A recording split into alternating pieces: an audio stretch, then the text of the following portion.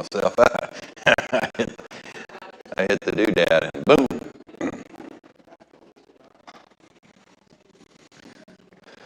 All right, we are right towards the end of Luke 16. I've got some great news for you. I don't have my glasses on. So my brides don't want to get them. I can hold it out like that. So this is our third session. The first session, it was we were talking a lot about for the love of money, one of the core principles. That's here in this last portion, and I'll address it again here in just a minute when I can read it. But one of the main things that we're going to focus on, and really Luke 16 is focused on, is stewardship. That's right. Being a good steward of what you've been given, and primarily this is talking about money, but it's also time and other resources as well. So we're going to start this last session on Luke 16 in 16:19. I'm going to read the whole thing, and then we'll break it down line by line. There's some very interesting things in here. Luke 16:19 through 31. There was a rich man who was clothed in purple and fine linen, and who feasted sumptuously every day. And at his gate was laid a poor man named Lazarus, covered with sores, who desired to be fed with what fell from the rich man's table. Moreover, even the dogs came and licked his sores. The poor man died and was carried by angels to Abraham's side. The rich man also died and was buried. And in Hades, being in torment, he lifted up his eyes and he saw Abraham far off and Lazarus at his side.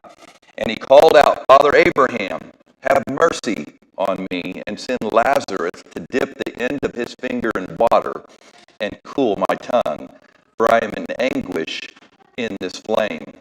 But Abraham said, Child, remember that in your lifetime you received good things, and Lazarus in like manner bad things.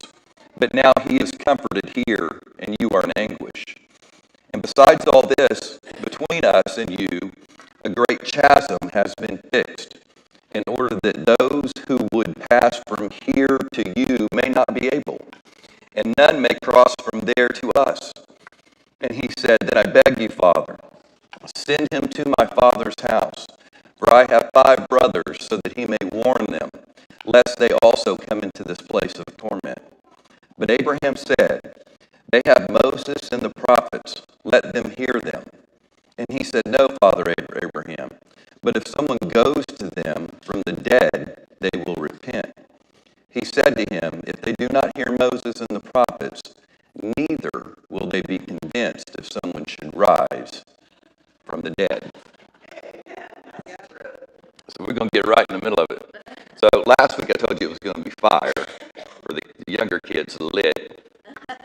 I don't really know what any of that means. It's going to be really good for us older folks.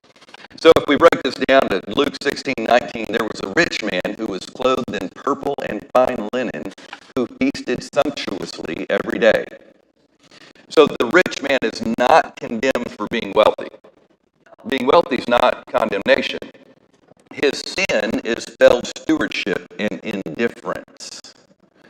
He was indifferent to this poor man that was in need. Purple and fine linen indicate extreme privilege and opportunity, which increases accountability. If we look at James 5:1-6, it's a warning to the rich. Come now, you rich, weep and howl for the miseries that are coming upon you. Your riches have rotted, and your garments are moth-eaten. Your gold and silver have corroded, and their corrosion will be evidence against you and will eat your flesh like fire. You in the last days.